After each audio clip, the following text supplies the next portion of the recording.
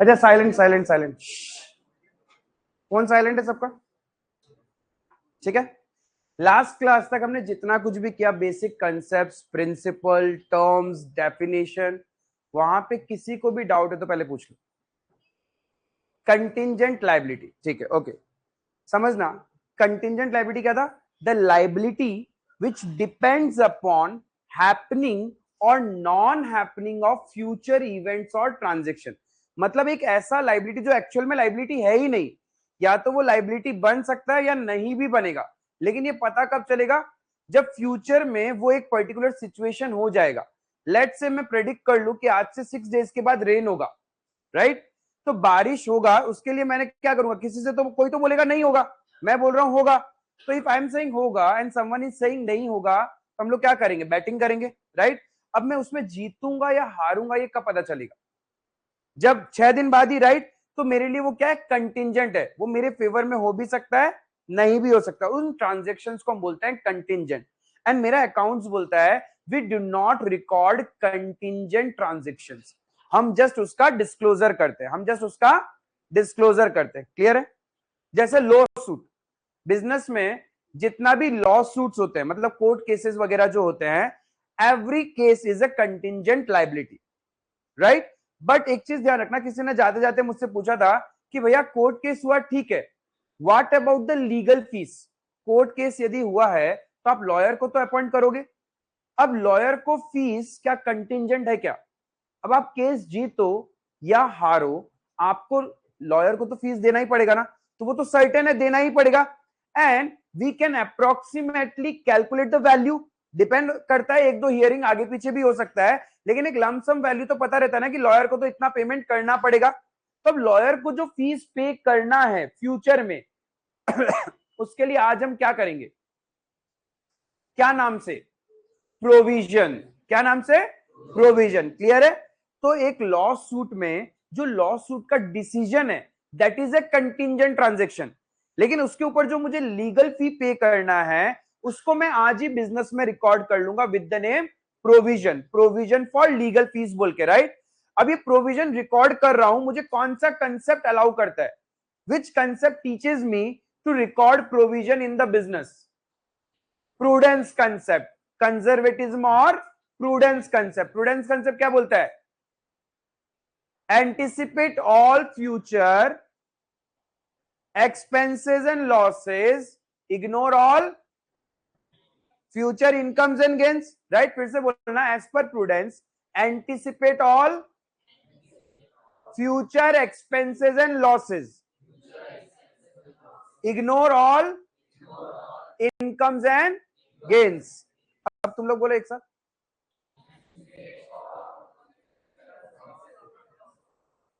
Ignore, छी छी छी, थोड़ा तक तो ठीक ही चल रहा था। Anticipate all future expenses and losses, मतलब फ्यूचर में कोई भी एक्सपेंसेस या लॉसेस हो ना, उसको आज एंटिसिपेट कर लो, मतलब अकाउंटिंग कर लो, right? With the name provision. Ignore all future incomes and gains, future की कोई भी इनकम या गेन है तब तक बिजनेस में रिकॉर्ड मत करो जब तक आपको हो नहीं जाता, right? Because of this concept we record closing stock at dash or dash whichever is lower, cost or you can say market value or you can say net realizable value, ठीक है? तो क्लोजिंग स्टॉक किस value पे record होगा? Cost और net realisable value whichever is lower. फिर से बोलो, क्लोजिंग स्टॉक किस वैल्यू पे रिकॉर्ड होगा?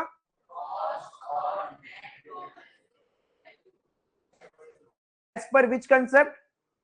Prudence concept. What do you mean by prudence concept?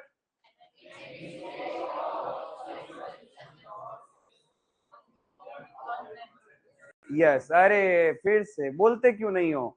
Anticipate all future expenses and losses, ignore all incomes and gains. Clear है? समझ में आया? कोई दिक्कत नहीं था? ठीक है, एनी अदर डाउट्स? कोई और डाउट्स? हाँ, सैलरी हमने पे कर दिया तो एक्सपेंस, जितना अमाउंट हमने पे नहीं किया वो हमारे लिए लायबिलिटी। उसको हम लोग बोलते हैं आउटस्टैंडिंग सैलरी। एनीवन एल्स, कोई डाउट? रिजर्व्स जो फ्यूचर ड्रीम्स के लिए या फ्यूचर अनसर्टेनिटीज के लिए हम जो सेविंग्स करते हैं उसको हम बोलते हैं रिजर्व्स, राइट? बिजनेस में रिजर्व्स कब बनता है? First we calculate the net profit of the business. उस नेट प्रॉफिट पे हम गवर्नमेंट को टैक्स देते हैं। After making tax to paying tax to the government, अब हम उस पैसे का कुछ भी करें, कोई रेस्ट्रिक्शंस नहीं है। लेकिन कोई भी बिजनेसमैन वो सारा पैसा खर्चा नहीं करता है, उसमें से थोड़ा सेव करते हैं फॉर द फ्यूचर। वो जो हम सेविंग्स करते हैं ना उसको हम बोलते हैं reserves. Now reserve can be general reserve और reserve can be specific reserve. ठीक है, मुझे नहीं पता आप लोगों ने, एक पुरानी मूवी है मुझसे शादी करोगी सलमान खान की, वो तौलिया वाला डांस, अरे वो तौलिया वाला डांस होता है ना, कब तक जवानी छुपाओगी, अरे वो गाना तो सुना ही होगा। अरे इतना पार्टीज वगैरह करता है, तुम लोग नहीं सुना? सुन लेना, ठीक है। उसमें ना एक पोर्शन ऑफ द मूवी है, सलमान खान जब गोवा शिफ्ट होता है, ठीक है, just do watch that clip. तो उसमें अक्षय कुमार एक और कैरेक्टर होता है, ठीक है, समीर, चद्दर की कमीज, लोहे का पैजामा, बंदर, सब पता है मेरे को ठीक है। अब देखो, नाउ अंडरस्टैंड कि अपन को समझना क्या है वहां से। उस मूवी के अंदर में सलमान खान जब एक जॉब के लिए गोवा शिफ्ट होता है, उसका बहुत एंगर इश्यूज होता है, तो वो गोवा शिफ्ट होता है, उसका जॉब वहां शिफ्ट होता है, वहां पे वो अच्छा सैलरी अर्न कर रहा होता है, but he has certain obligations, उसकी भी कुछ सपने होते हैं और कुछ ऑब्लिगेशन है, ठीक है। पहला ऑब्लिगेशन उसकी माँ, उनके आइज का ऑपरेशन कराना है, रिक्वायर्स एन अमाउंट, राइट। फिर उसकी बहन, he is the only sole earning person of the family, पापा है नहीं उसके, तो उसको अपनी बहन की शादी करवानी है, माँ के आंखों का ऑपरेशन करवाना है, राइट। एंड उसके खुद के भी सपने हैं। तो वो वहां जाते, जिस रूम में वो शिफ्ट होता है ना, वो जाके वहां 3 गुल्लक रखता है, राइट। वो डेली पैसा कमा रहा है, एक गुल्लक में लिख देता है माँ की आंख के ऑपरेशन के लिए, एक गुल्लक में लिख देता है बहन की शादी के लिए, और एक के गुल्लक में खुद के लिए। ऐसा हम भी करते बचपन में, गुल्लक we used to buy piggy bank. अब एक पिगी बैंक होता है जनरल, जिसमें हम बस सेविंग्स करते हैं, जब मन किया वो पिगी बैंक तोड़ा, वो पैसा मेरा, जिस पर्पज के लिए यूज करना है कर लो। लेकिन जब पिगी बैंक के ऊपर हम कुछ नाम लिख देते हैं, मतलब वो पैसा क्या है, हम उसी पर्पज के लिए यूज करेंगे ना, किसी और के लिए यूज नहीं करते, राइट। तो वो जो गुल्लक है ना, जब आप उस गुल्लक को डिफाइन कर देते हो कि वो पैसा किस पर्पज के लिए यूज करोगे, it becomes specific reserve, it becomes specific reserve. But जब तक हम उस गुल्लक को कुछ नाम नहीं देते, जस्ट गुल्लक है, आप बस पैसा उसमें सेव कर रहे हो। हम सेव कब करते हैं? जब हमारे पास सरप्लस मनी होता है, राइट। तो जब आप वो सेव कर रहे हो, उसको मैं बोलता हूं जनरल रिजर्व। क्या बोलते हैं?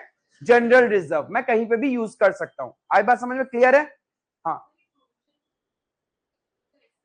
नहीं, प्रोविजन बिजनेस में हम तभी भी बना सकते हैं जब बिजनेस में पैसा नहीं हो। लेकिन गुल्लक में पैसा कब डालते हैं?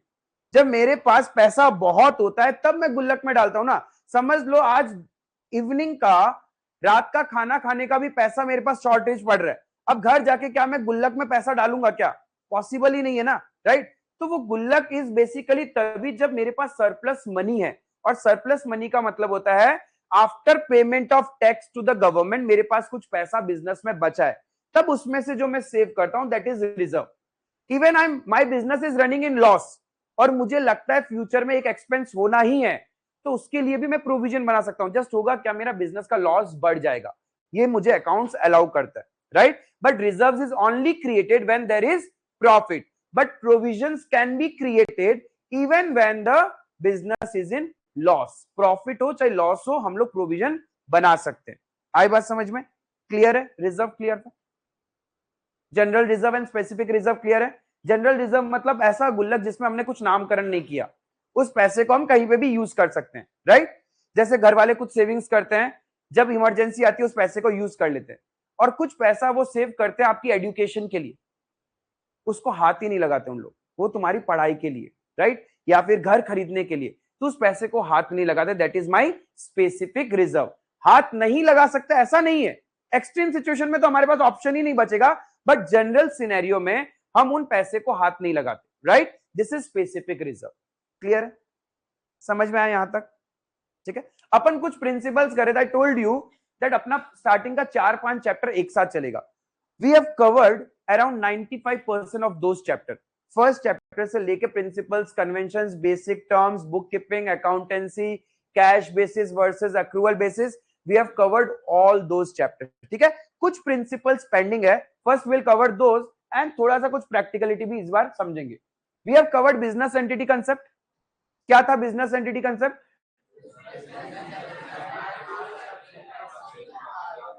Because of this concept, we record only transactions related to business, not businessman. Clear है? Accounting period concept क्या था? Life of the business is divided into smaller periods, which starts from 1st April and ends at. Logic क्या था इसके पीछे? What was the logic of dividing the life of the business into periods? Shut down. Yes.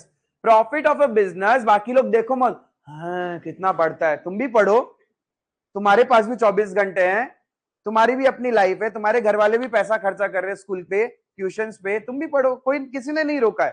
ठीक है. The profit of a business can only be certain. Actual profit of a business can only be ascertained when business is permanently shut down.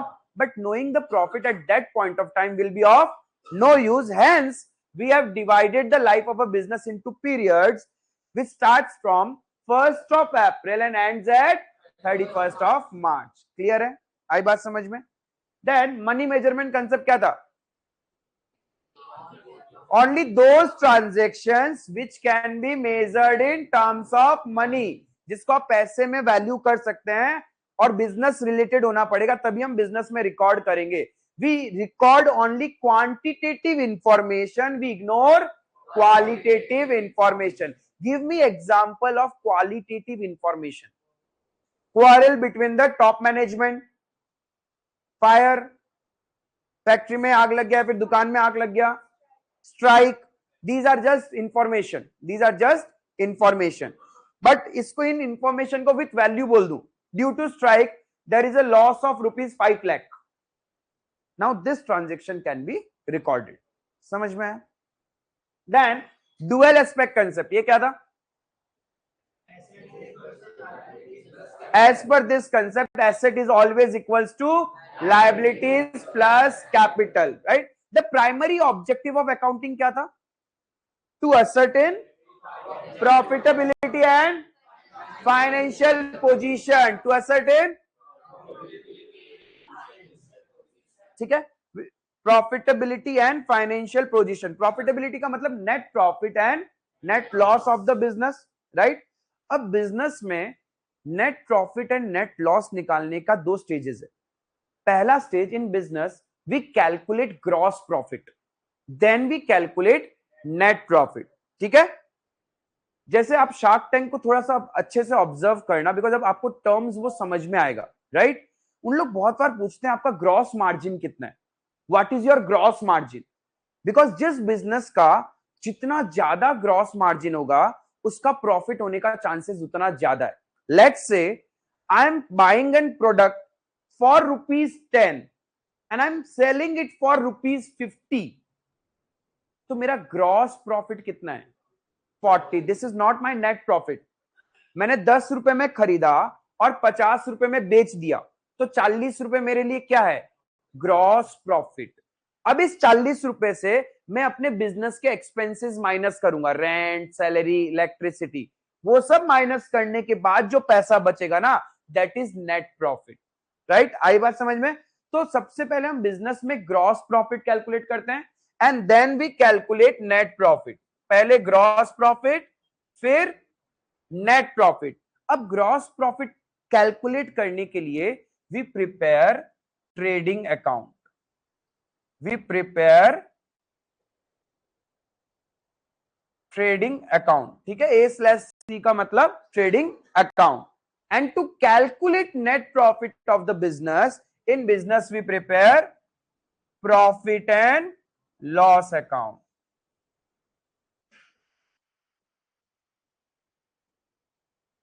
समझ में आया?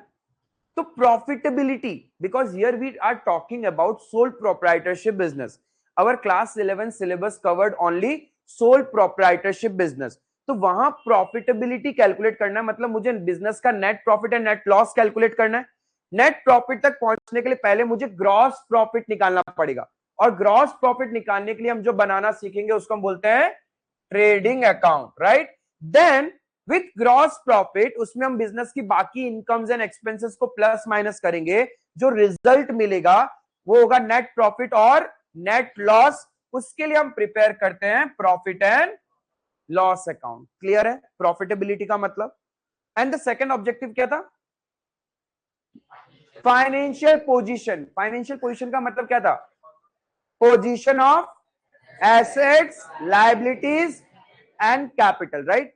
अब ये asset, liabilities and capital मतलब कहीं तो कोई तरीका होगा ना इसको दिखाने का, राइट। तो ये फाइनेंशियल पोजीशन पता करने के लिए in business we prepare balance sheet, we prepare balance sheet to ascertain financial position of the business we prepare balance sheet। ठीक है। जनरली पूरे अकाउंट्स में मोस्टली 90% केसेस में आपको हर जगह ये अकाउंट वर्ड मिलेगा, हर जगह अकाउंट वर्ड मिलेगा, राइट। बट जब मैं अकाउंट बोलता हूं ना, अकाउंट मतलब अकाउंटिंग, और जहां जहां अकाउंटिंग आता है वहां कुछ डेबिट हो रहा है तो कुछ अमाउंट क्रेडिट होना ही पड़ेगा, मतलब वहां डेबिट और क्रेडिट कंसेप्ट चलेगा। Is it clear? बट यहां देखो टर्म क्या है, वर्ड बैलेंस शीट। क्या इसके पीछे वर्ड अकाउंट है क्या? No, it is a statement. There will be no debit and credit side, there will be no debit and credit side. ठीक है। तो for sole proprietorship business balance sheet is prepared in T shape. वैसे मेरा पूरा accounts भी T shape में बनता है। अब हम इन दो हिस्सों में अपनी एसेट, लायबिलिटीज एंड कैपिटल को शो करेंगे, राइट। कि बिजनेस में at the end of the year 31 March को कितना एसेट्स है, कितना लायबिलिटीज है and what is the value of capital, उसको हम बोलते हैं financial position. And to ascertain financial position in business we prepare balance sheet, right. अब ये बैलेंस शीट में लगभग कुछ ऐसा रहता है, एक अमाउंट का कॉलम रहेगा आपका, और ये दोनों साइड का टोटल बराबर होगा। The total of both the sides will be equal. अब एक राइट हैंड साइड है और एक लेफ्ट हैंड साइड है। Now I have to present three items, asset, liabilities, capital. And logically देखूं तो मुझे दो ही चीज प्रेजेंट करना है, एसेट, लायबिलिटीज, बिकॉज लायबिलिटीज का ही एक पोर्शन है कैपिटल। लायबिलिटीज दो तरीके का होता है, one is internal liability and other one, तो हमने इंटरनल लायबिलिटी को तो नाम दिया था कैपिटल, तो कैपिटल भी तो लायबिलिटी है। इन शॉर्ट इन दो हिस्सों में, एक मेरा राइट हैंड साइड और एक मेरा left hand side, one is my right hand side another one is left hand side. यहां पे मेरे को प्रेजेंट करना है एसेट एंड लायबिलिटी। कभी वो तराजू देखा या फिर मूवीज में अंधा कानून, या फिर सब्जी लेने जाते हो तो, राइट, सब्जी वाला क्या करता है, इक्वल होता है वजन तब देता है ना वो आपको, राइट। ऐसे ऊपर नीचे ऐसा थोड़ी ना होता है, बराबर होना पड़ेगा ना। वही मेरा बैलेंस शीट है। तो बैलेंस शीट में दो तराजू, दो साइड है, एक तरफ मुझे एसेट्स को रखना है और एक तरफ मुझे लायबिलिटीज को प्लेस करना है। अब किसको किस तरफ रखूं, किसको किस तरफ रखूं? मेरे पास एक राइट हैंड साइड है और मेरे पास एक लेफ्ट हैंड साइड है। मैं एसेट्स को राइट साइड में रखूं या लायबिलिटीज को राइट साइड में रखूं, या फिर अपनी मर्जी है? मर्जी तो अकाउंट्स में चलती ही नहीं है, there is a standard presentation, वैसे ही करना पड़ेगा। तो लॉजिकली बताओ किसको किस तरफ रखें, एसेट्स लेफ्ट, लायबिलिटीज राइट, पक्का। अकाउंट्स में ईयर, किसी ने मुझे क्वेश्चन पूछा था, भैया ये 1 अप्रैल टू 31 मार्च ईयर क्यों डिफाइन हुआ, कुछ और क्यों नहीं हुआ? तो मैंने क्या बोला था, हिंदू माइथोलॉजी, कुछ हिंदू कैलेंडर्स को फॉलो करके उन्होंने ये डेट डिसाइड किया था, राइट। अब थोड़ा हिंदू में आते हैं। आपको घर पे भगवान की पूजा करनी है, you will be doing it with your right hand or left hand. Exceptions are always there if you are lefty, if you do not have your right hand out of the example, ठीक है। But logically हम अपने घर पे भगवान की पूजा अर्चना किस हाथ से करेंगे? हमें कभी भी पैसा रिसीव करना होता है, हम कौन सा हैंड से रिसीव करते हैं?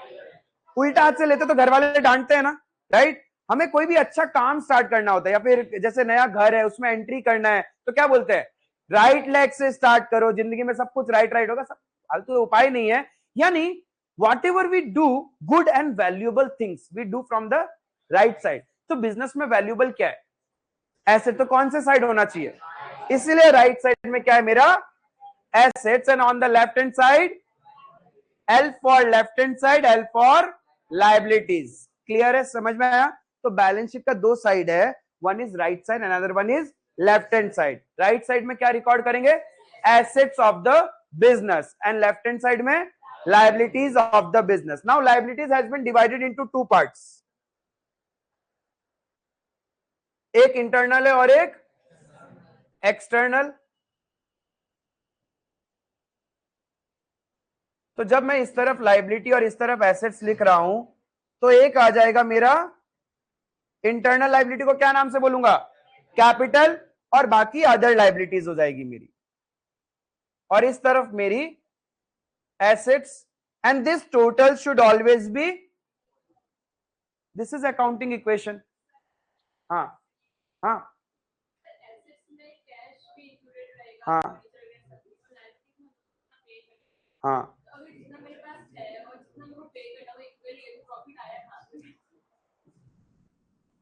यहां चला जाता है प्रॉफिट। मालिक का जो पैसा देना है, असली में मालिक कौन है? मालिक खुद ही तो बिजनेस है, तो इसको जो अपने आप को पैसा देना है वही तो प्रॉफिट है, वही मैंने कमाया है। इसीलिए तो बिजनेसमैन के पैसे को हम लोग लाइबिलिटी बोलते हैं। बट लॉजिकली सोचो, तुम्हारी खुद की दुकान है और तुम्हें अपने आप को ही पे करना है, तो जो अपने आप को पे करना है वही तो मुनाफा है। अकाउंट्स उसको नहीं मान रहे, बट हमें तो प्रैक्टिकली पता है ना, जो पैसा मुझे बिजनेस से मिलना है वही तो मेरा प्रॉफिट है, तो वो प्रॉफिट यहां छुपा होता है। ठीक है? हाँ, क्या पंखा तुम तक हवा पहुंच रहा है क्या? तुम तो ऐसा दबा हुआ है कि तुमको तो कहां फील होगा, कुछ और फील हो रहा है तो पता नहीं। अच्छा, लॉजिक समझ में आया? Asset is equals to liabilities plus capital. तो फाइनेंशियल पोजीशन निकालने के लिए we will prepare balance sheet. हाँ हाँ, कैपिटल कम हो जाता है। ये क्लियर है? यहां तक कोई इश्यू नहीं है?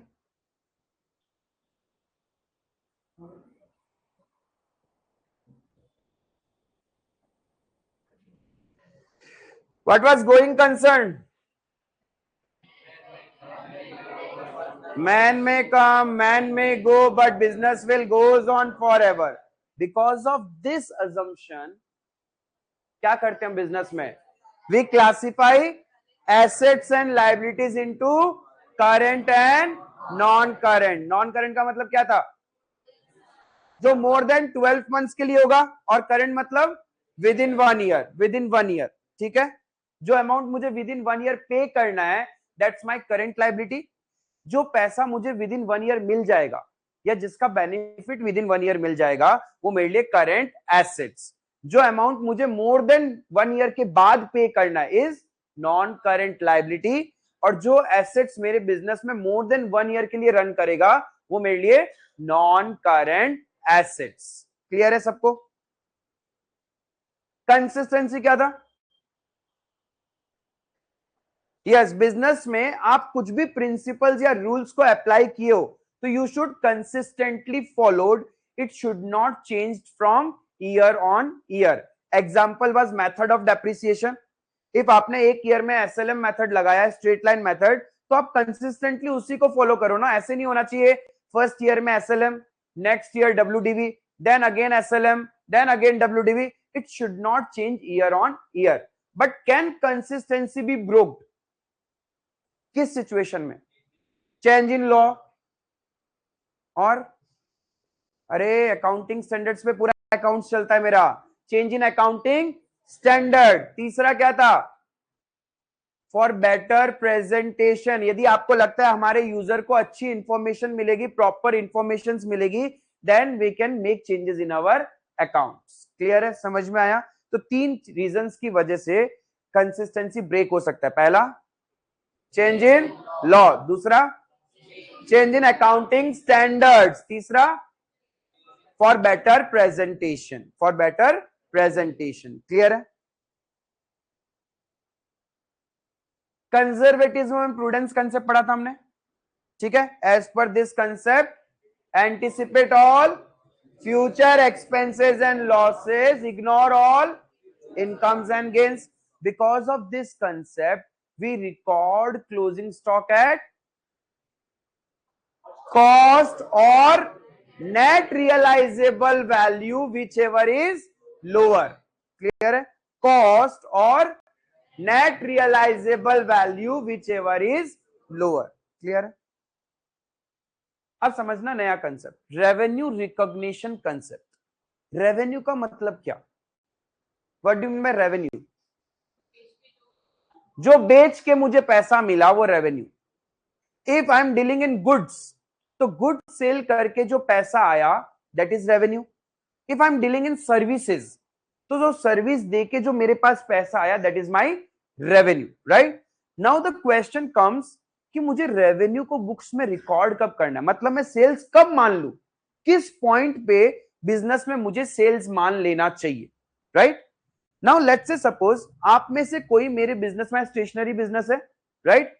उसने मेरे को एक ऑर्डर प्लेस किया, उसने मेरे को एक ऑर्डर प्लेस किया, right? And I took advance money of 50,000, I took advance money of 50,000। Let's say आज का ही डेट लेते हैं, 12th ऑफ मे। आज आपने ऑर्डर प्लेस किया, राइट? मैंने बोला भैया ये बुक्स आने में तो टाइम लगेगा, 1 महीना का तो टाइम लगेगा, right? And your order was of value 2 lakh, ठीक है? तो मैंने बोला भैया कुछ एडवांस तो देके चले जाइए, राइट? जब हम ऑर्डर प्लेस करते तो सामने वाला एडवांस लेता है, तो मैंने आपसे 50,000 रुपीज एडवांस ले लिया। आई टुक 50,000 रुपीज एडवांस फ्रॉम यू, ठीक है? Now after 1 month, after 1 month I delivered you the books, that is 12th of June, right? 12 जून को मैंने आपको बुक्स डिलीवरी दे दिया। You paid me the entire remaining amount on 18th of June. आपने इस दिन मुझे मेरा पेंडिंग 1.5 लाख पे कर दिया। तो बताओ बिजनेस में मैं सेल्स कौन सा डेट में रिकॉग्नाइज करूंगा, इस दिन, इस दिन या इस दिन? Anyone with the answer 12th of मे, जिस दिन आप ऑर्डर प्लेस करके गए, क्या मैं उसी दिन अपने बुक्स में रेवेन्यू मानूं या नहीं मानूं? नहीं मानूंगा, नहीं मानूंगा, राइट? 12th ऑफ जून, सिर्फ 2 जन को लग रहा है 12th of June should be my revenue. आपको भी लग रहा है? आपको भी? ओके, मन से आवाज आए, कॉन्फिडेंस हो तभी, नहीं भी आए तो कोई बात नहीं है, लगना। 12th of June, someone are saying 12 जून में हम बुक्स में सेल्स रिकॉर्ड कर लेंगे। Anyone with 18th of June, जिस दिन मेरे को पूरा पैसा मिला? few are with 18th of June, even many are on 18th of June, right? हम बिजनेस में अकाउंटिंग कैश बेसिस पे करते हैं या एक्रूअल बेसिस पे, राइट? अब समझना, when risk and reward related to goods is transferred, risk and reward related to goods is transferred, that is ownership is transferred, उसी दिन वो सेल मान लिया जाता है, इररेस्पेक्टिव किस दिन हमें पैसा मिला है। जिस दिन मुझे एडवांस मिला उस दिन मैं सेल्स रिकॉग्नाइज नहीं करूंगा। व्हाई? बिकॉज मैंने कोई गुड्स डिलीवरी नहीं किया, रिस्क एंड रिवॉर्ड ट्रांसफर नहीं हुआ, ओनरशिप ट्रांसफर नहीं हुआ, जस्ट मेरे पास क्या आया है? Advance money. ये एडवांस मनी मेरे लिए ऑब्लिगेशन है, लाइबिलिटी है। व्हाई? बिकॉज इस पैसे के बदले में मुझे गुड्स देना है या फिर ये पैसा मुझे रिटर्न करना पड़ेगा।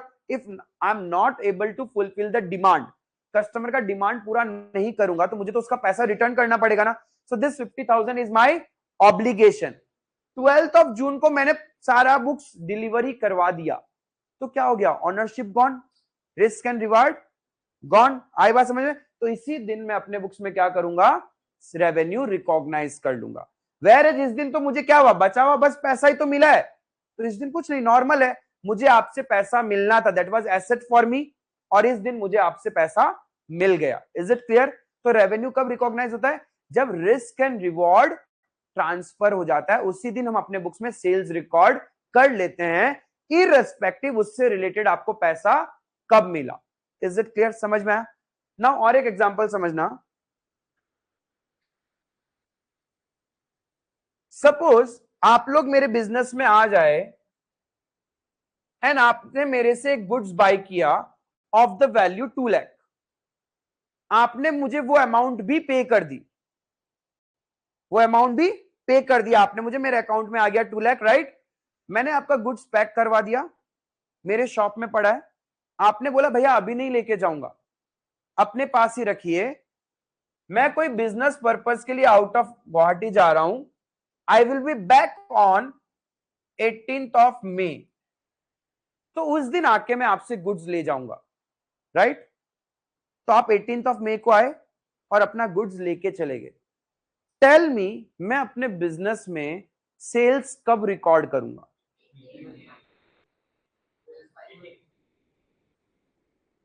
एग्जाम्पल चेंज करता हूं, थोड़ा प्रैक्टिकल लाइफ में चलते हैं। लेट्स से आप बाजार में शॉपिंग करने गए, ठीक है, एंड आपके घर पे कोई फंक्शन है, शादी वादी का फंक्शन है, तो हैवी शॉपिंग के लिए निकले, आपने एक दुकान से शॉपिंग करी, and when we go for such shoppings तो बैग्स बहुत होते हैं, राइट? आपने एक दुकान में कुछ सामान पसंद किया, वहां बिल बना, पेमेंट भी कर दिया, और वो भैया को बोला भैया आप रखो, मेरा दूसरा काम है, मैं वो खत्म करके आती हूँ, राइट?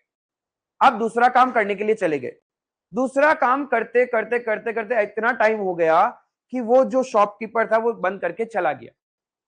नेक्स्ट डे आप अपना गुड्स लेके जा रहे हो, तो वो जो शॉपकीपर है अपने बुक्स में सेल सेम डे रिकॉर्ड करेगा या नेक्स्ट डे? वो तो आपने रखा ना भाई, जिस टाइम उसने आपको सेल कर दिया, रिस्क एंड रिवार्ड अकाउंट, सोचो अगले दिन आप वहां लेने जा रहे हो और उस दुकान में चोरी हो गई, आपको कुछ नहीं मिलना, बिकॉज आपने अपने रिस्क पे उसके पास छोड़ा था, उसने तो इमीडिएटली आपको सेल कर दिया, इट वाज योर रिस्क। आप बोलते ना भैया एक बार रखना, मैं आ रही हूं, और भाई रखने का मतलब ये तो नहीं ना I am liable for that goods, I am not liable. समझ में आया? तो इस केस में 12th ऑफ मे को ही क्या हो गया, रिस्क एंड रिवॉर्ड ट्रांसफर हो गया था, just physical delivery of goods नहीं हुआ, just physical delivery of goods नहीं हुआ था। Is it clear? आई बात समझ में? तो बिजनेस में सेल्स कब रिकॉर्ड करेंगे? 12th ऑफ मे को, not on 18th of May when actual delivery was done. समझ में आया? क्लियर है? रेवेन्यू रिकॉग्निशन, तो रेवेन्यू रिकॉग्निशन क्या बोलता है, बिजनेस में we recognised sale on the date when risk and reward related to the goods is transferred or the ownership is transferred. Clear है?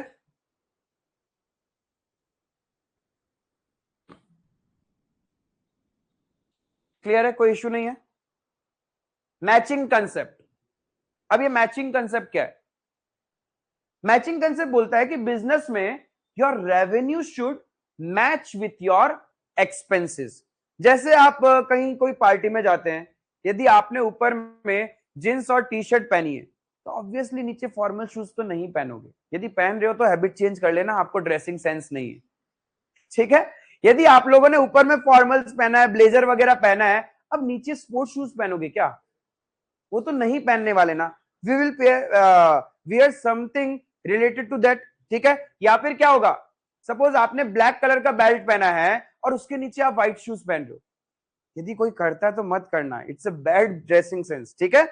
तो जनरली क्या होता है, ड्रेसिंग कोड क्या बोलता है, if you are wearing a black belt तो आपका ब्लैक शूज होना चाहिए, ब्लू बेल्ट, अरे मेरा मत देखो अभी शूज ही नहीं है, ऐसा है, लेकिन मेरे को पता है ड्रेसिंग सेंस, ठीक है? ब्लू बेल्ट होता है तो ब्लू शूज पहनो, व्हाइट बेल्ट, तो इस तरीके से this is dressing sense, matching करके पहनो, राइट? ऐसा थोड़ी ना होता है कि आपका लड़की लोग है लहंगा नीचे में और ऊपर में टॉप, समथिंग कुछ ऐसा तो नहीं होता ना शादी में, आप प्रॉपर मैच्ड अप रहते हैं। बिजनेस में भी मैचिंग कंसेप्ट चलता है। If during a year revenue earn करने के लिए आपने कुछ एक्सपेंसेस तो किया होगा, right? During a year cell करने के लिए हमने कुछ तो एक्सपेंसेस किया होगा, तो वो सारा एक्सपेंसेस हम बुक्स में करंट ईयर में रिकॉर्ड करेंगे, इररिस्पेक्टिव आपने पे किया या फिर नहीं किया। Because of this outstanding expenses are considered as current year expense, because वो आपने करंट ईयर का रेवेन्यू जनरेट करने के लिए ही इनकर किया होगा। क्लियर है? तो मैचिंग कंसेप्ट क्या बोलता है, in a business whatever revenue you have made it should match with your expenses. ऐसा नहीं हो सकता कि आपकी बुक्स ये बोलेगी that your sales is 10 crore where is your expenses is 1 lakh. भाई ऐसा बिजनेस है तो हमें भी बता दो, हम भी कर लेंगे। पॉसिबल नहीं ना, प्रैक्टिकली इम्प्रैक्टिकल है। भैया पॉसिबल है, सट्टा करके देखो ना। अरे भाई वो तो इलीगल बिजनेस है, राइट? ऐसा तुम बोलोगे बस भैया 500 रुपए का रिचार्ज करवाता है, हो जाता है, अच्छा टर्नओवर चल रहा है अभी आईपीएल में। अरे वो थोड़ी ना होता है, राइट? वो इलीगल बिजनेस है। बट लॉजिकली कोई भी बिजनेस में जब हम सेल करेंगे तो हर महीने का एक्सपेंस तो हो रहा होगा, जैसे रेंट, सैलरी, इलेक्ट्रिसिटी। हाँ, stock market is a legalise सट्टा। Stock market is a legalise सट्टा, उसके लिए भी पैसा लगता है, इन्वेस्ट करना पड़ता है। हाँ, कौन सा? बैंड है, इलीगल है, बैंड है, इलीगल है, अलाउड ही नहीं है। आप दूसरा सर्वर जो यूज करके कर रहे हो मत करो, वो इलीगल है। ठीक है, समझ आए? तो मैचिंग कंसेप्ट क्या बोलता है? Expenses must be matched with the revenue they generate. जितना पैसा आपने पूरा साल में कमाया है उससे आपका एक्सपेंसेस मैच करना चाहिए। मतलब उस ईयर से रिलेटेड कोई भी एक्सपेंस है तो आप उसी ईयर रिकॉर्ड करोगे। Is it clear? That's my matching concept. Objectivity concept, objectivity concept एकदम सिंपल सा है, दिमाग में रखना कि मेरा जो फाइनेंशियल स्टेटमेंट है, मेरा जो बुक्स ऑफ अकाउंट्स है, वो ईमानदार होना चाहिए, उसमें कुछ भी फ्रॉड नहीं होना चाहिए, it should be free from biasness होना चाहिए। That is my objectivity concept. Objectivity क्या बोलता है? Accounting must be free from personal biasness. ऐसा नहीं आप जान पूछ के अपना प्रॉफिट बढ़ाना है तो बढ़ा लिया, कम करना है तो कम कर लिया, ऐसा नहीं। It should be genuine. अब जेन्युइन कैसे होगा? जो भी ट्रांजेक्शन हम रिकॉर्ड कर रहे हैं that should have documentation. Every transaction should be reliable. और रिलायबल कैसे बनेगा? When it is supported by evidence. तो मैंने बिजनेस में जितनी चीजें लिखी है, जो भी ट्रांजेक्शंस रिकॉर्ड किया है, हर एक का मेरे पास एविडेंस है। दैट मींस मैंने ऑब्जेक्टिविटी कंसेप्ट को फॉलो किया। जैसे दृश्यम मूवी में अजय देवगन के पास हर चीज का क्या था? बिल्स एंड वाउचर्स थे, एविडेंस थे। तो he was so objective with his life कि मैंने तो कुछ गलत किया ही नहीं है। Is it clear? आई बात समझ में? हिस्टोरिकल कॉस्ट कंसेप्ट पढ़ा था हमने। What was historical cost concept? Yes, जिस वैल्यू पे हमने एसेट बाय किया है उसी वैल्यू पे हम बिजनेस में रिकॉर्ड करते हैं। We ignore the market value of asset. Is it clear? That's the historical cost concept. And the last, convention of full disclosure. Convention of full disclosure, ये क्या बोलता है? नाम में लिखा हुआ है फुल डिस्क्लोजर। अब फुल डिस्क्लोजर पता है लॉजिकल नहीं है। पहले फुल डिस्क्लोजर बनाया बनाने वाले ने, वो बोलता है बिजनेस से रिलेटेड जितनी भी बातें हैं सब डिस्क्लोज करो, छोटी से बड़ी। तो छोटी से बड़ी मतलब एक यूजर के लिए उस बिजनेस की बुक्स ऑफ अकाउंट्स को रीड करना इतना हैवी हो गया था, बर्डन हो गया था। ऐसी छोटी छोटी बातें लिखी हुई थी जो यूजर के डिसीजन मेकिंग को इफेक्ट ही नहीं कर रहा। एग्जाम्पल, अंबानी जी के बिजनेस में ड्राइवर ने, उनके बिजनेस का जो भी गाड़ी वगैरह चला है, उस ड्राइवर ने 1000 रुपए चोरी कर ली। अब ये इंफॉर्मेशन इतनी बड़ी है क्या? 1000 रुपए चोरी हो गए, 1 लाख 2 लाख करोड़ वाले आदमी के 1000 रुपए चोरी हो गए। वो आदमी झुकेगा ना उसको उठाने के लिए, उससे ज्यादा तो उसके नुकसान हो जाता है। उतना टाइम का वैल्यू है। तो यानी वो इंफॉर्मेशन काम की नहीं है ना। But convention of full disclosure क्या बोलता है? You should disclose each and every information related to business. तो खराब सा आया। इसकी बदले में और एक फिर बनाया गया, उन्होंने बोला मैटेरियलिटी कंसेप्ट। क्या बोला? मैटेरियलिटी कंसेप्ट। फुल डिस्क्लोजर बोलता है सब डिस्क्लोज करो। अरे सब कुछ डिस्क्लोज करूंगा तो मेरे अकाउंट्स बहुत हैवी हो जाएगा, बर्डन हो जाएगा। उसमें ऐसी ऐसी वैल्यूज रहेगी जिससे यूजर का डिसीजन मेकिंग चेंज नहीं होगा, लेकिन बर्डन बहुत हो गया, इतना सारा पेजेस हो गया कि वो रीड ही नहीं कर पाएगा, इंटरप्रेट नहीं कर पाएगा, राइट? तो फिर उन्होंने एक कंसेप्ट बनाया, मैटेरियलिटी कंसेप्ट। मैटेरियल वर्ड से बना मैटेरियलिटी।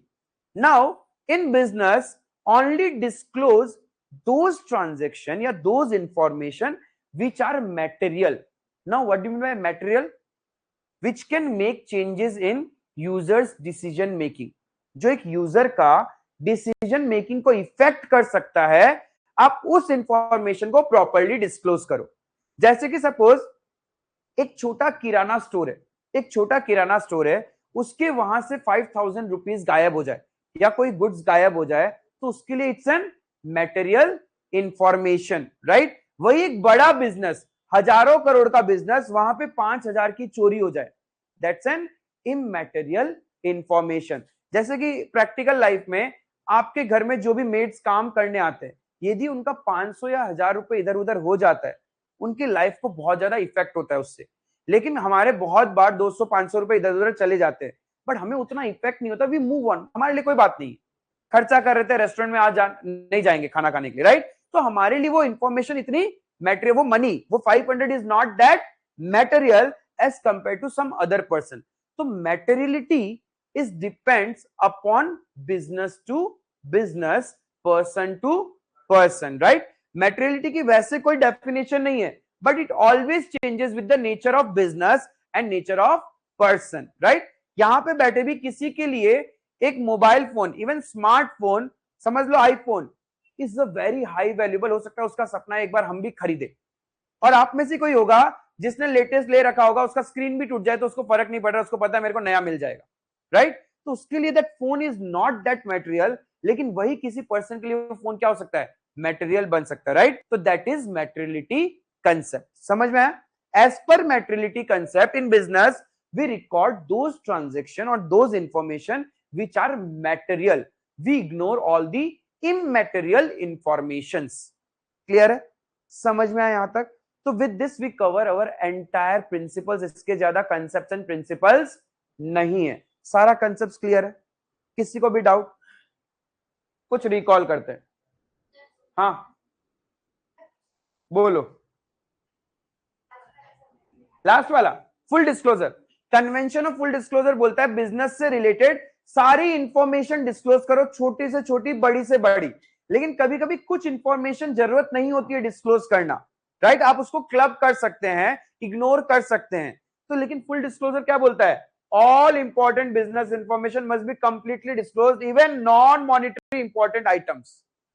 यानी फुल डिस्क्लोजर क्या बोलता है, बिजनेस में चाहे मनी में मेजर हो चाहे नॉट मेजर्ड हो, if it is important user के लिए सब डिस्क्लोज कर दो। लेकिन अकाउंट तो मुझे अलाउ ही नहीं करता वो चीजें। तो ये बहुत पहले बनाया गया था, एंड विद द टाइम बहुत सारे अलग अलग कंसेप्ट्स एंड कन्वेंशंस बने जो इसको वायलेट करते हैं, जिसको इसको ओवर रूल हो गया। अब इसने जो बोला वो बात इतनी इंपॉर्टेंट नहीं है, इसके बाद जो मैटेरियलिटी आया ना वो इंपॉर्टेंट है, क्योंकि वो बोलता है सिर्फ ओनली मैटेरियल इंफॉर्मेशन, और मैटेरियल इंफॉर्मेशन मतलब which can be measured in terms of money. ये तो सब चीजों को बोलता है, ये बोलता है मॉनिटरी आइटम भी लिखो, नॉन मॉनिटरी आइटम भी लिखो। अरे भाई इतनी बातें मैं क्यों लिखूंगा बिजनेस में, जो मेरे बिजनेस के लिए काम की भी नहीं है, वो बातें थोड़ी हम लिखने वाले हैं। तो फुल डिस्क्लोजर बोलता है you should write everything, whereas materiality बोलता है only those information which are material and important for the users. Clear है, कुछ पूछ रहा था, आओ देखो एक एक करके। Rent paid in advance in, मैं पूछूंगा वही बताएगा, ठीक है, जिसको आता है अपने मन में ही रखना। Rent paid in advance is classified as,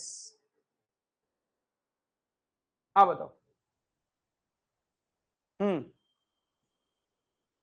prepaid expenses, किसको लगता है rent paid in advance is classified as prepaid expenses? Anyone, किसको लगता है कुछ और आंसर है? बोला ही नहीं कुणाल, तुम तो हाथ भी खड़ा नहीं किया। प्रीपेड एक्सपेंस क्या था? एक्सपेंसेस जो हम ऑलरेडी पे कर चुके हैं, जिसका सर्विसेज मिलना बाकी है। तो रेंट पेड इन एडवांस का मतलब क्या, हमने एडवांस में रेंट दे दिया, अब सिर्फ सर्विसेज लेना ही तो बाकी है, उसी को हम बोलते हैं प्रीपेड। क्लियर है? The person to whom the business owes money is called,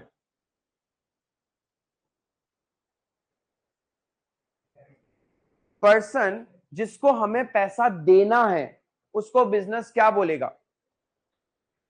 creditor. Layman में क्रेडिटर ही बोलते हैं ना, हाँ गुड्स से रिलेटेड ही होगा। यहां पे वर्ड गुड्स यूज नहीं किया, but as per the option what should be the answer? Creditor. उसी को तो मुझे पैसा देना होता है, सबको क्लियर है, किसी को भी डाउट? वैसे क्रेडिटर का डेफिनेशन क्या था? The person from whom we buy goods on credit, right? Clear है?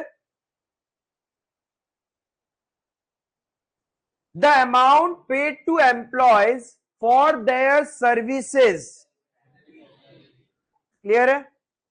एम्प्लॉयज को जो उनकी सर्विसेज के लिए हम पे करते हैं, it is salary. Which of the following is not a business transaction? Which of the following is not a business transaction? Receiving a friend for tea. किसी दोस्त को आप उठाने गए चाय पीने के लिए, क्या ये बिजनेस ट्रांजैक्शन है? नहीं। पहला वाला है परचेज ऑफ गुड्स, बिजनेस के लिए गुड्स खरीदा, तो it's a business transaction. Owner withdrawing cash, यानी प्रोप्राइटर ने अपने पर्सनल यूज के लिए बिजनेस का पैसा निकाला, गया तो बिजनेस का ही पैसा ना, तो बिजनेस के लिए it's a transaction. Then sale of goods, हमने गुड्स सेल किया, now again it is a business transaction, but receiving a friend for tea is not a business transaction. Next, profit earned during a period increases. Profit earned during a period, मैंने एक दिन discuss किया था that profit is dash and loss is dash for the business. Profit is liability whereas losses are assets for the business। तो बताओ profit से क्या बढ़ेगा? ऑप्शन ही नहीं है लेकिन और एक है। प्रॉफिट अल्टीमेटली किसके पास जाएगा? ओनर के पास। ओनर के पैसे को हम क्या बोलते हैं? तो उसी का तो पोर्शन बढ़ेगा ना, राइट? तो प्रॉफिट विल इंक्रीज। क्लियर है? समझ में आया? कौन सा प्रॉफिट? अल्टीमेटली बिजनेस का प्रॉफिट और लॉस किसको देना है? ऑनर को ही देना है। तो यदि सपोज तुमने बिजनेस में 10 लाख रुपीज इन्वेस्ट किया है, eight the end of the year तुम्हारे बिजनेस में 1 लाख का नेट प्रॉफिट हुआ है, तो ये 1 लाख तुमको मिलना है ना, तो बिजनेस कैसे प्रेजेंट करेगा कि तुम्हें 1 लाख मिलना है? In short, now business will have to pay you 11 lakh. 10 lakh तुमने इन्वेस्ट किया और 1 लाख रुपए जो प्रॉफिट हुआ, तो अल्टीमेटली कैपिटल ही तो बड़ा बिजनेस के लिए। समझा? Amount received from a customer against credit sale is classified as. Debtor से पैसा मिलना था। डेटर कौन होता है? जिसको अपन गुड्स क्रेडिट में सेल करते हैं। सेल कर दिया, अब उससे पैसा मिलना था, पैसा मिल गया। Yes, that is my debtor collection, not income. वो मेरी कोई इनकम नहीं है। मुझे किसी से पैसा मिलना था और पैसा मिल रहा है, दैट्स नॉट एन इनकम। मैंने तो इनकम तभी अर्न कर लिया जब मैंने उसको गुड्स सेल किया था। क्लियर है? किसी को भी डाउट होगा तो पूछना, ठीक है? इफ मिस्टर ए, अच्छे से पढ़ना, if mister A started a business with ₹5 lakh and purchased goods for ₹2 lakh, the capital is। एक मिस्टर ए है, उसने धंधा चालू किया 5 लाख रुपए लगा के, और फिर उसने गुड्स बाय किया है 2 लाख रुपए का, तो बिजनेस में उसका कैपिटल कितना है? 5 लाख। बिजनेस में उसका कैपिटल है। अरे भाई उसने तो इन्वेस्ट 5 लाख ही किया ना। अब बिजनेस में देखो, समझो क्या हुआ। बिजनेसमैन ने बिजनेस में 5 लाख इन्वेस्ट किए, तो बिजनेस को क्या क्या इफेक्ट हुआ? बिजनेस के पास कैश आया। मैं इस तरफ क्यों लिख रहा हूं? ये कैश एसेट है, और कॉरेस्पॉन्डिंग बिजनेस के लिए कैपिटल बोल के एक लाइबिलिटी आ गई, राइट? अब बिजनेसमैन ने क्या किया? गुड्स बाय किया 2 लाख का। अब गुड्स बाय किया, क्वेश्चन ये थोड़ी बोला सेल हो गया, मतलब वो गुड्स हमारे बिजनेस में, उस गुड्स को बिजनेस में हम क्या नाम से बोलेंगे? नेम। गुड्स बाय किया लेकिन सेल आउट नहीं हुआ, स्टॉक। तो स्टॉक बढ़ेगा मेरा यहां पे कितना? तो 2 लाख का पैसा भी तो गया बिजनेस से, 2 लाख का कैश भी तो जाएगा बिजनेस से। तो अल्टीमेटली देखो ये इक्वल है ना। यही तो डुअल एस्पेक्ट कंसेप्ट था। After every transaction assets will always be equals to liabilities plus capital. तो कैपिटल कितना है? क्लियर है? समझ में आया? हाँ, इनकम एंड डेटर कलेक्शन में क्या डिफरेंस है? इनकम क्या होता है? सपोज मैंने 10 रुपए का बॉटल 50 रुपीज में सेल किया, तो 40 रुपीज इज माई इनकम। मैंने उसको क्रेडिट में सेल किया था, अब उससे पैसा मिल रहा है, that is my debtor collection. जब आपने क्रेडिट सेल करते हो तो क्रेडिट सेल्स के टाइम ही इनकम रियलाइज हो चुकी है, अब उससे जो पैसा मिल रहा है that is my debtor collection. ठीक है, जस्ट जब हम सेल करते हैं तब हमारी इनकम हो जाती है। लेकिन यदि एक होता है कैश सेल्स, तुरंत पैसा ले लिया, एक होता है क्रेडिट सेल्स, हमें बाद में पैसा मिल रहा है, तो बाद में पैसा मिल रहा है तो मेरा इनकम थोड़ी ना हो रहा है, वो तो मेरा खुद का ही पैसा मुझे मिल रहा है, right? That is debtor collection. Clear है? तो इसका आंसर क्या होगा? Panchal. Goods return to supplier. Supplier कौन होता है पहले तो ये समझो बोलने से पहले। सप्लायर कौन होता है? जिससे हम गुड्स खरीदते हैं उसको हम सप्लायर बोलते हैं। ठीक है, तो सप्लायर को गुड्स रिटर्न कर रहे हो, इसका मतलब हम क्या हो रहा है? Purchase return. क्लियर है सबको? पहले गुड्स खरीदा होगा, अभी हम क्या कर रहे हैं? रिटर्न कर रहे हैं, तो इट्स परचेज रिटर्न। जो पीछे मुड़ा है तुम, कब तुम आगे आ जाएगा तुमको पता भी नहीं चल रहा है। नजर, आंख, कान सब जगह एक्टिव है मेरा। ठीक है, insurance premium paid ₹20,000। Insurance premium, ये मत सोचना कोई लास्ट में भी बैठा है कुछ चिरपुचर इधर उधर एक दूसरे को धक्का दे रहा है, सब दिखता है मुझे। ठीक है, क्योंकि I used to be on those benches, तो वहां से क्या क्या हो सकता है वो मुझे पता है। ठीक है, तो insurance premium paid ₹20,000, out of which 5,000 is for next year. तो आपको बताना है 5,000 रुपए आपके लिए आउटस्टैंडिंग एक्सपेंस है, प्रीपेड एक्सपेंस, रेवेन्यू और कैपिटल। सबको क्लियर? प्रोसेस ही नहीं कर पाए। अरे टोटल 20,000 का इंश्योरेंस प्रीमियम पे किया, जिसमें से 5,000 is related to next year. तो इंश्योरेंस तो एक्सपेंस होता है बिजनेस के लिए, एंड आपने नेक्स्ट ईयर का भी पे कर दिया, तो वो आपके लिए क्या है? That's prepaid expenses. क्लियर है? Which of the following is an intangible asset? पहले आप बताओ इनटेंजिबल एसेट क्या था? अच्छा, what do you mean bye intangible asset? जिसको छू ना सके सिर्फ, which can not be seen, touch, only felt, right? जिसको आप सिर्फ फील कर सकते हैं, दैट इज इंटेंजिबल एसेट। तो क्या है इसमें? करेक्ट।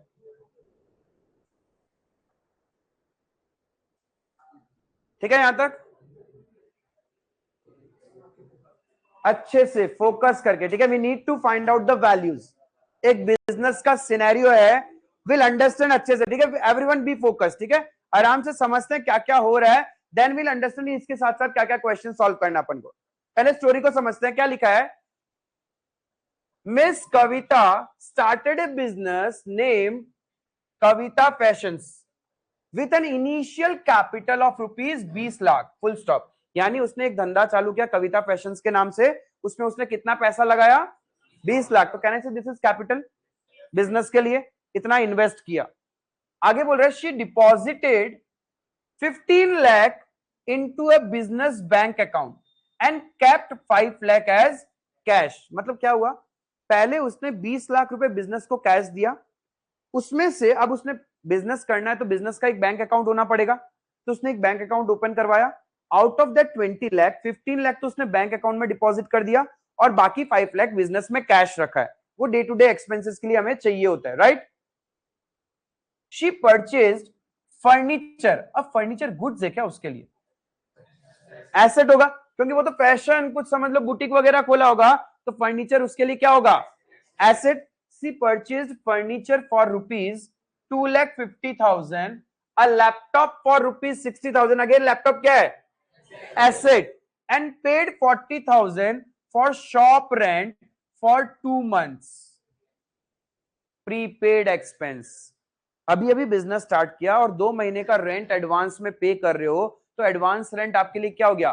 Prepaid expense. क्लियर है? अभी तक का स्टोरी क्लियर है? एक लैपटॉप खरीदा 60,000 का, फर्नीचर खरीदा 2,50,000 का और रेंट पे कर दिया 40,000, तो हमारे पास लगभग 20 लाख का कैश और बैंक था। हमारे बैंक में 15 लाख और कैश 2 लाख, उसमें से इतना एक्सपेंसेस हमने ऑलरेडी पे कर दिया। शी बॉट गारमेंट्स, अब गारमेंट्स उसके लिए क्या है? गुड्स। एक फैशन बुटीक शॉप के लिए गारमेंट्स ही उसका मेन गुड्स होगा, राइट? तो उसने गारमेंट्स परचेज किया worth ₹7 lakh in cash and 3 lakh on credit from Reena garments, right? उसने क्या किया? टोटल कितना का गुड्स बाई किया? टोटल कितने का गुड्स बाई किया? 10 लाख। 7 लाख का कैश में एंड 3 लाख क्रेडिट में। क्लियर है ये चीज? टोटल कितने का गुड्स बाई किया? 10 लाख। क्लियर है? हाँ,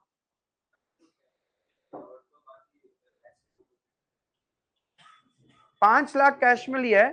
कहां लिखा? 15 लाख बैंक में था, 5 लाख कैश में था। ठीक है, पहला बात है क्वेश्चन चल रहा है साइलेंट, हमें नहीं पता कैश से पे कर रहे हैं या बैंक से पे कर रहे हैं। ठीक है, तो जनरली मैं मान सकता हूं कि ये जो फर्नीचर 2.5 लाख का खरीदा है 2,50,000, इनकम टैक्स एक्ट बोलता है इन बिजनेस 10,000 से ऊपर का जो भी ट्रांजेक्शन होता है it should be banking transaction, cash में नहीं करना चाहिए बिजनेस में, राइट? तो अज्यूमिंग ये बड़े बड़े ट्रांजेक्शन उसने कहां से किए? बैंक से किए, राइट? अज्यूमिंग कैश भी यूज कर रहा होगा, लेकिन टोटल तो 20 लाख है ना। अब वो कहां से पे कर रहा है? I don't know the equation. समझ लो उसने 2.5 लाख बैंक से पे कर दिया फर्नीचर के लिए, देन लैपटॉप के लिए 60,000 अगेन पे कर दिया, तो इसके पास बैंक बैलेंस कितना बचा? 11,90,000, 11,90,000 रुपए। 11.9 लाख बैंक में बचा उसका। फिर उसने क्या किया? 40,000 2 मंथ्स का रेंट एडवांस में पे कर दिया, राइट? अब ये हो सकता है रेंट यहां से दे या कहीं से भी, तो कोई फर्क नहीं पड़ रहा मुझे। अल्टीमेटली बिजनेस में तो पैसा है ना, कुछ हार्ड कैश है, कुछ बैंक में रखा हुआ है, बट मुझे तो पे कर सकता हूं। तो मैंने 40,000 सपोज यहीं से पे कर दिया अगेन, तो मेरे पास बचा 11.5 लाख बचा, right? Now I have purchased goods of 7 lakh in cash. यहां पे कैश का मतलब ये कैश नहीं यूज कर रहे हम, कैश मींस बैंक से भी पे कर रहे होंगे हम। ऑनलाइन पेमेंट भी तो कर सकते हैं ना। अरे ऑनलाइन पेमेंट करो, हार्ड कैश पेमेंट करो, हम उसको कैश ट्रांजेक्शन ही तो बोलेंगे। समझ लो आप किसी शॉप में जाते हो, वहां पे आप जीपे से स्कैन करके पे करके आते हो, तो आप अपने आप को क्या बोलोगे? आपने कैश ट्रांजेक्शन किया या credit transaction? Cash, but mode of cash was online, banking transaction हुआ। क्लियर है? तो हाँ, यू आर राइट कि कैश नेगेटिव नहीं हो सकता। इसको मैं वैसे पकड़ू कि 5 लाख का ही कैश है, तो भाई साहब 7 लाख कैश में कैसे खरीद लिया? बिकॉज कैश कभी नेगेटिव हो ही नहीं सकता है। तो मैं ये मान सकता हूं कि 5 लाख पूरा कैश लिया होगा और 2 लाख रुपए उसने बैंक से पे किया होगा, या फिर पूरा 7 लाख उसने बैंक से ही पे किया होगा। क्लियर है? क्रेडिट में कितना बाई किया? 3 लाख। ठीक है, यानी टोटल गुड्स परचेज कितना हो गया? 10 लाख। कैपिटल कितना इन्वेस्ट किया? कैपिटल कितना इन्वेस्ट किया? 20 लाख। अरे बाबू पीछे जो गर्दन नीचे झुकाए हो, क्या हो रहा है? नींद आ रहा है? इधर बुला लेता है, सब उड़ जाएगा। हाँ, कैपिटल कितना इन्वेस्ट किया? 20 लाख। गुड्स कितने का परचेज किया? 10 लाख। फिक्स्ड एसेट्स कितना रुपीस का परचेज किया हमने? फिक्स्ड एसेट्स कितना रुपीस का परचेज किया है? 3,10,000। 3,10,000। 250 का फर्नीचर एंड 60,000 का लैपटॉप, तो मेरा फिक्स्ड एसेट्स कितना हो गया? 3,10,000। क्लियर है यहां तक? आगे देखो क्या बोल रहा है। सी सोल्ड गुड्स कॉस्टिंग ₹5 लाख। आइला, हाँ ठीक है, उसने गुड्स बेचा 5 लाख रुपए का for ₹6,50,000। 5 lakh rupees goods has been sold for ₹6,50,000। तो 1,50,000 उसको क्या हुआ है? प्रॉफिट हुआ या इनकम? क्लियर है? समझ, दैट्स नॉट प्रॉफिट। प्रॉफिट तो कब होगा? जब बिजनेस में बाकी income and expenses plus minus करेंगे तो जो एंड रिजल्ट आएगा दैट इज माय प्रॉफिट। तो 5 लाख का गुड्स उसने सेल कर दिया, टोटल गुड्स बाई कितना किया था? तो अभी उसके स्टॉक में कितना गुड्स बचा? 5 लाख। ये क्लियर है?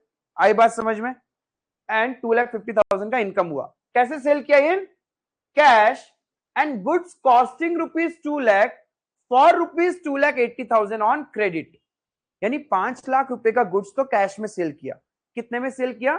7,50,000 में, सॉरी 6,50,000 में। एंड 2 लाख रुपीज का गुड सेल किया कितने में? 2,80,000 में। कैश या क्रेडिट? क्रेडिट, यानी पैसा मिलना है। जिसको भी सेल किया होगा बिजनेस में हम उसको क्या टर्म से बुलाएंगे? डेटर। तो बिजनेस में रीना गारमेंट्स क्या है हमारे लिए? Reena garments creditor. Reena garments से हमने क्या किया था? गुड्स बाय किया था क्रेडिट में। कितना रुपए का? 1 रुपए भी नहीं दिया अभी तक। ठीक है।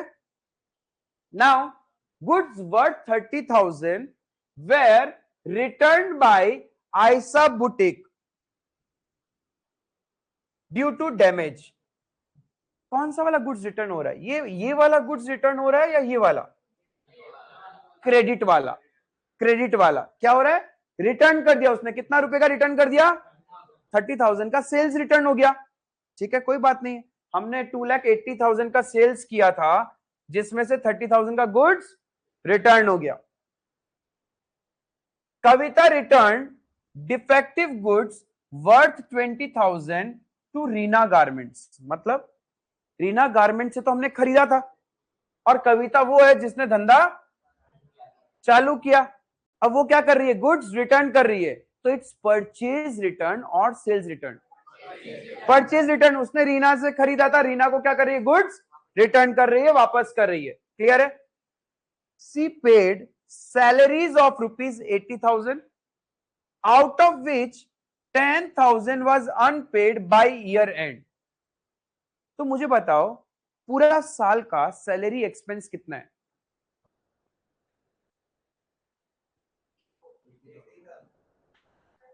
$80,000। यहां पे थोड़ा सा लैंग्वेज इश्यू है, ठीक है। यहां पे लिखना ही नहीं चाहिए था सी पेड, एक्चुअली आगे बोल दिया ना आउट ऑफ विच। यानी आउट ऑफ विच का मतलब क्या? 80,000 में से 10,000 अभी भी पैसा देना बाकी है। तो मेरा करंट ईयर का सैलरी एक्सपेंस कितना हुआ? 80,000 पूरा, इररेस्पेक्टिव आपने पे किया या फिर नहीं पे किया। तो इस 10,000 को बिजनेस में क्या नाम से रिकॉर्ड करेंगे? Outstanding salary. Outstanding salary expense का जो नाम है उसी नाम से रिकॉर्ड करेंगे। तो it is outstanding salary. Clear है? Then she withdrew 25,000 for personal use. Personal use बोले तो drawings. And took home a dress worth rupees. ये भी क्या है? ड्रॉइंग्स। अपने पर्सनल यूज के लिए बिजनेस से पैसा प्लस गुड्स लेके गया है, तो दोनों ड्रॉइंग्स है। She received 50,000 from Ayesha boutique. Ayesha boutique से कितना रुपए मिलना था? 280 मिल का सेल्स किया था, उसने कितना रिटर्न कर दिया? तो कितना रुपए हम लोग को मिलना था आयशा से? 2,50,000 हमें मिलना है। कितना अमाउंट वो पे कर रही है? यानी अभी भी आयशा बुटीक से कितना पैसा मिलना है? तो हमारे बुक्स में Ayesha boutique will be debtor of rupees. समझ में आया?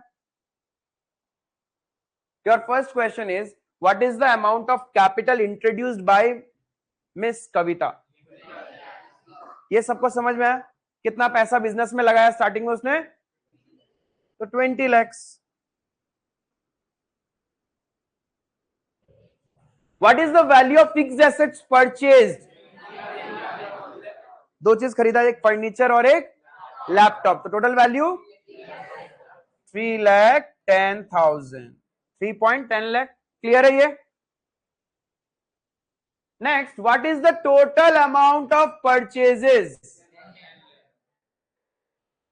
अच्छा, इस क्वेश्चन में थोड़ा सा चेंज कर दूं, what is the total net amount of purchases? What is the total net amount of purchases, तब क्या होगा? हमने टोटल 10 लाख का परचेज किया, उसमें से रीना को कितना का रिटर्न कर दिया हमने? 20,000 का रिटर्न किया था ना। हमने टोटल कितना रुपीस का गुड्स परचेज किया था? 10 लाख। तुम्हारा 7 lakh on cash and 3 lakh on credit, total 10 lakh हो गया। उसमें से रिटर्न कितना कर दिया? कितना? तो नेट परचेज कितना रहा? 9,80,000। समझ में आया? टोटल परचेजेस में से परचेज रिटर्न माइनस कर देंगे तो we will have the net purchase. Clear है? तो क्वेश्चन ने आपसे क्या पूछा था? Total amount of purchase. What is the total amount of purchase? 10 lakh. Total amount is 10 lakh. जब नेट पूछता तो क्या बोलते हम? परचेज रिटर्न माइनस कर देते। Is it clear?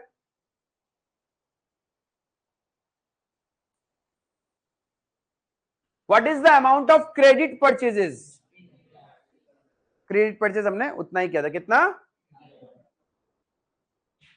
What is the amount of total sales?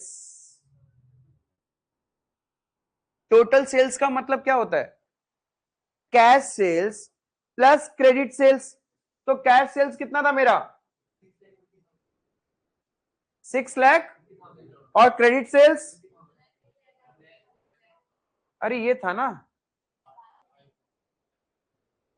यही तो मेरा सेल्स है। तो this is my total sales. समझ में आया? अरे हमने दो, एक कैश सेल्स किया था और एक क्रेडिट सेल्स किया था। 5 लाख का गुड्स 650 में सेल किया, ये भी तो सेल्स है। एंड 2 लाख का गुड्स 280 में सेल किया था। तो मेरा टोटल सेल्स कितना हो गया? 9 lakh. If I ask you what is the amount of total net sales, what is the amount of total net sales, तब क्या होगा? 9 lakh.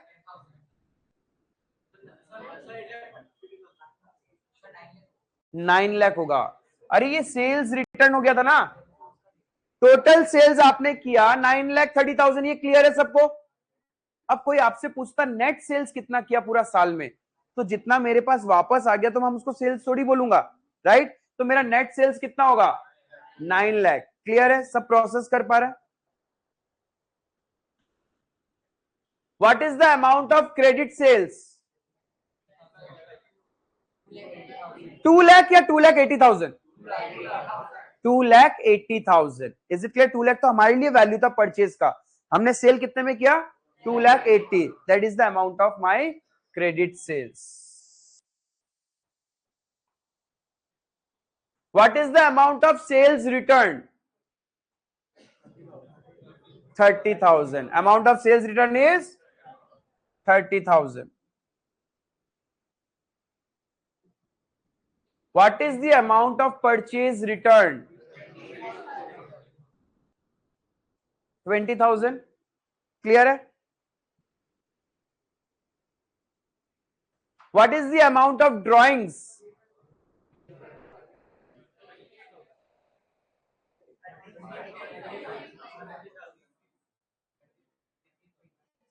33,000।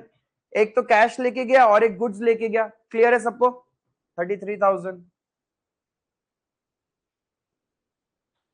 What is the amount of outstanding expenses?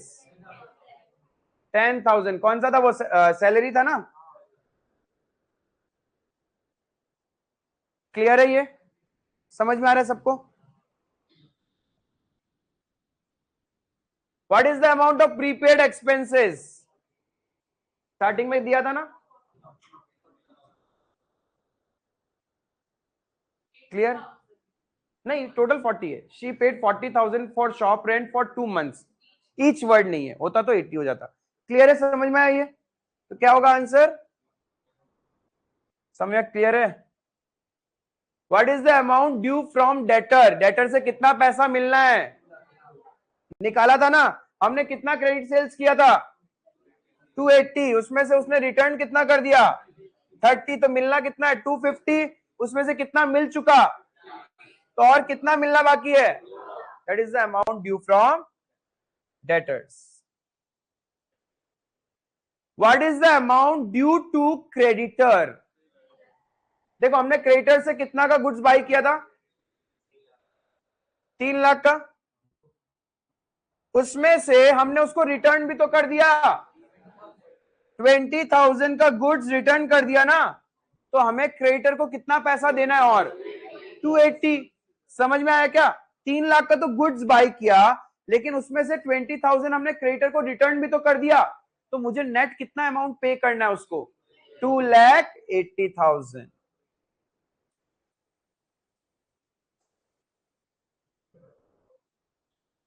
अब आराम से, what is the amount of net profit earned.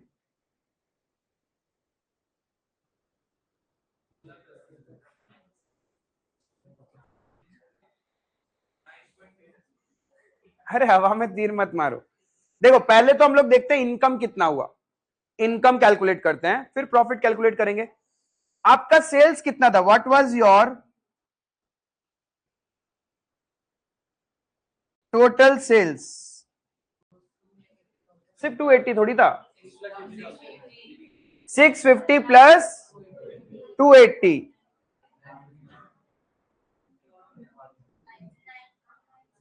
9 lakh.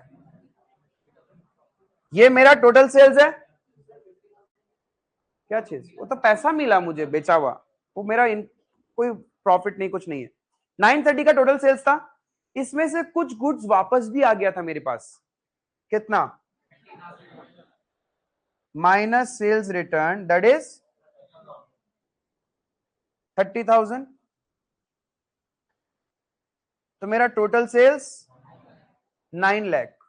अब ये 9 lakh rupees का goods मैंने बाई कितने में किया था, 10 लाख तो टोटल गुड्स है. क्या मैंने सारा ही बेच दिया क्या, हाँ. कॉस्ट देखो, sales minus cost of purchase करोगे तभी इनकम आएगा ना. जैसे मैं बोलता हूं 10 रुपीज का गुड्स मैंने बाई किया और उसको 50 में सेल किया, तो मेरा इनकम कितना, 40. कैसे निकाला मैंने, sale value minus cost of purchase, right. अब यहां पे मुझे सेल तो पता है, टोटल टोटल नेट सेल्स पता है, बट इसका परचेज वैल्यू कैसे निकालू. देखो आपने क्या किया था, 5 लाख रुपए का गुड्स 6,50,000 में बेचा था, तो परचेज वैल्यू क्या हो गया इसका, 5 लाख. 2 लाख का गुड्स 2,80,000 में सेल किया, तो परचेज वैल्यू 2 लाख. तो आपका टोटल परचेज वैल्यू कितना, टोटल परचेज इन गुड्स का 7 लाख है. 930 के गुड्स का 7 lakh is the purchase value. लेकिन जो रिटर्न आ गया वो भी तो हटेगा ना तुम्हारा, तो इसका परचेज वैल्यू कितना था, इस 30,000 वाले गुड्स का परचेज वैल्यू कितना था. कैसे पता किया 20, अरे वो तो मैंने अपने सप्लायर को रिटर्न किया, आप उससे कोरिलेट कर रहे हो, वो कुछ और वैल्यू निकला, तो ऐसे नहीं होता. समझना, यूनिटरी मेथड पता है, बचपन में पढ़ा था, 10 चॉकलेट इतने का होता है, तो एक कितने का होगा, तो 5 चॉकलेट का वैल्यू कितना, that was unitary method, right. अब एक चीज समझना, 2 लाख रुपीज का goods, when my sale value is 2,80,000, जब मेरा सेल वैल्यू 2,80,000 होता है, तो उसका परचेज वैल्यू कितना था, 2 लाख. अब आउट ऑफ दिस 2,80,000 ही तो 30,000 रिटर्न हो गया, तो मैं ऐसे लिखता हूं 1 रुपए का सेल वैल्यू होगा, तो परचेज वैल्यू कितना होगा. नाउ माई कौन सा रिटर्न है, तो what will be the purchase value. Solve करो इसको. 2 lakh divided by 2,80,000 into 30,000, unitary method. अरे समझो, 2 लाख रुपए का सामान तुमने 2,80,000 में सेल किया. Now out of that sale value 30,000 का रिटर्न हो गया, तो मुझे तो उसी का तो परचेज वैल्यू निकालना है, राइट.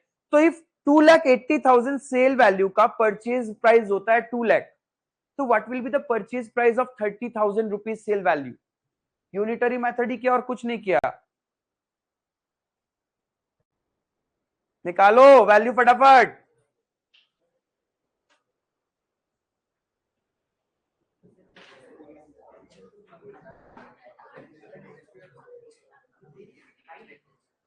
दो miss call.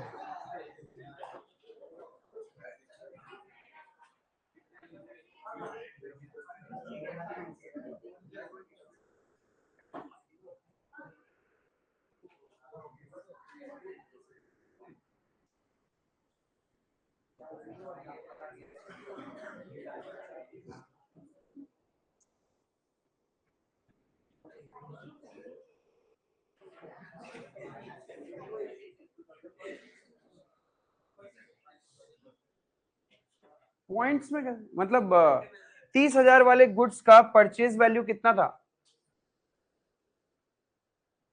2 lakh divide by 2,80,000 into 30,000। वैदिक मैथ्स कर रहे हो क्या? Yes 21,420 this is approximately is the purchase value. This was the purchase value. इसका मतलब जो आप बोल रहे हो ना 7 लाख रुपीस का परचेज वैल्यू है, नहीं, इसमें से मेरे पास इतना रुपीस का गुड्स तो वापस आ गया, तो वो माइनस हो जाएगा। तो hypothetically making the question easy,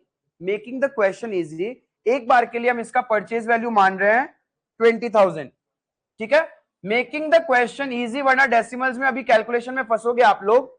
just hypothetically assuming कि 30,000 का गुड्स जो रिटर्न हुआ है उसका परचेज वैल्यू कितना था? 20,000, तो वो तो मेरा सेल ही नहीं हुआ, राइट। तो इस 9 लाख रुपीस का कॉस्ट ऑफ परचेज कितना होगा मेरे लिए? 7 लाख माइनस 20,000 दैट इज 6,80,000। तो 9 lakh minus 6,80,000, what will be your income? 2,20,000। ये तो आपने इनकम अर्न किया है, दैट्स योर इनकम। कितना बोला आपने? 2 lakh, that's my income, that is sales minus cost of purchase.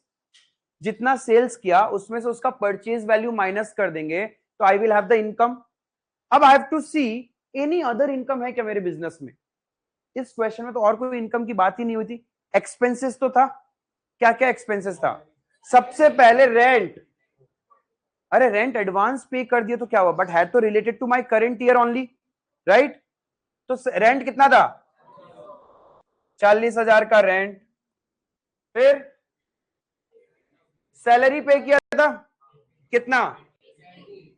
पे 70 किया था, बट मेरे लिए एक्सपेंस कितना है? 80,000। और कुछ? Drawings is neither an expense nor an income for the business. Business को ड्राइंग से क्या लेने देना, वो तो कैपिटल से एडजस्ट कर लेगा। और कोई एक्सपेंस? इतना ही एक्सपेंस था। हाँ बोलो। नहीं और कोई एक्सपेंस नहीं है, बस ये दो ही है। ये जो दिख रहा है आपको ये ड्राइंग्स है, और ये उससे मुझे 50,000 रुपए मिला है, तो that's not an expense, not an income. तो what is my net profit of the business? 1 lakh, that's my net profit of the business. समझ में आया? पहले हमने इनकम कैलकुलेट किया। इनकम कैसे कैलकुलेट किया? How we calculated income? Total sales, total net sales में से उसका परचेज वैल्यू माइनस किया, तो वी हैड इनकम। देन उस इनकम में बिजनेस की कोई दूसरी इनकम होती तो हम ऐड करते, बट नहीं था। What we did deducted expenses of the businesses. Expense minus करने के बाद जो मेरे पास बचा, that was my net profit of the business. Clear है? समझ में आया? पक्का?